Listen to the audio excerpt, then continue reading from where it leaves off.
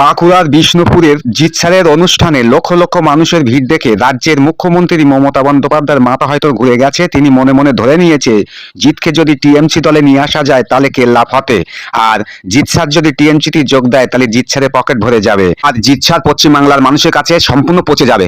চলুন ভিডিওটা দেখি। আমিও ভিডিওটা সম্পূর্ণ দেখছি, আপনারাও সম্পূর্ণ দেখুন। দেখার পরে ভিডিওটা যদি ভালো লাগে চ্যানেলটিকে সাবস্ক্রাইব করবেন এবং ভিডিওটা দ্রুত শেয়ার করবেন। স্যার, আমি যে কথা বললাম আপনারাও কি একমত? যদি একমত হয়ে থাকেন তাহলে কমেন্টে প্লিজ জানাবেন। চলুন ভিডিওটা গিয়ে দেখি।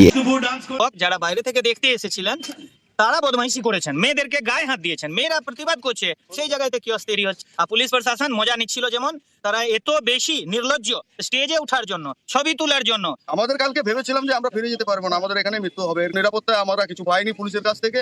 ওনারা তো শুধু দেখছিলেন, এই কয়েক লক্ষ জুতো পড়ে আছে, তার মানে কত লোক মানুষ, কত হাসপাতালে কালকে গেছে, কত অ্যাম্বুলেন্স ছিল। জনজোয়ারের মাঝে একটা রাস্তার মাঝে যদি নীল গাড়ি দাঁড়িয়ে থাকে, তার মানে বুঝতে পারছে তখনই মানুষগুলো বেরোতে পারেনি। তাই অবস্থায় নীলবাতি গাড়ি, হ্যাঁ নীলবাতি গাড়ি।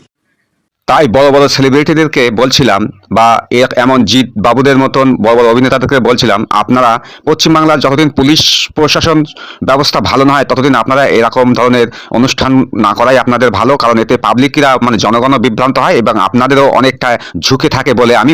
দেখুন কি অবস্থা বাঁকুড়ায় বিষ্ণুপুরে যে জিতের অনুষ্ঠানে যে ঘটনাটা ঘটলো, এটা খুব মর্মান্তিক ঘটনা। কিছু দুষ্কৃতী বা কিছু বদমাইশ ছেলেবেলে এসবগুলো করে এবং এইসব পুলিশ প্রশাসনে তাদের হাতের মুঠোয় আছে, তারা এইসব করছে।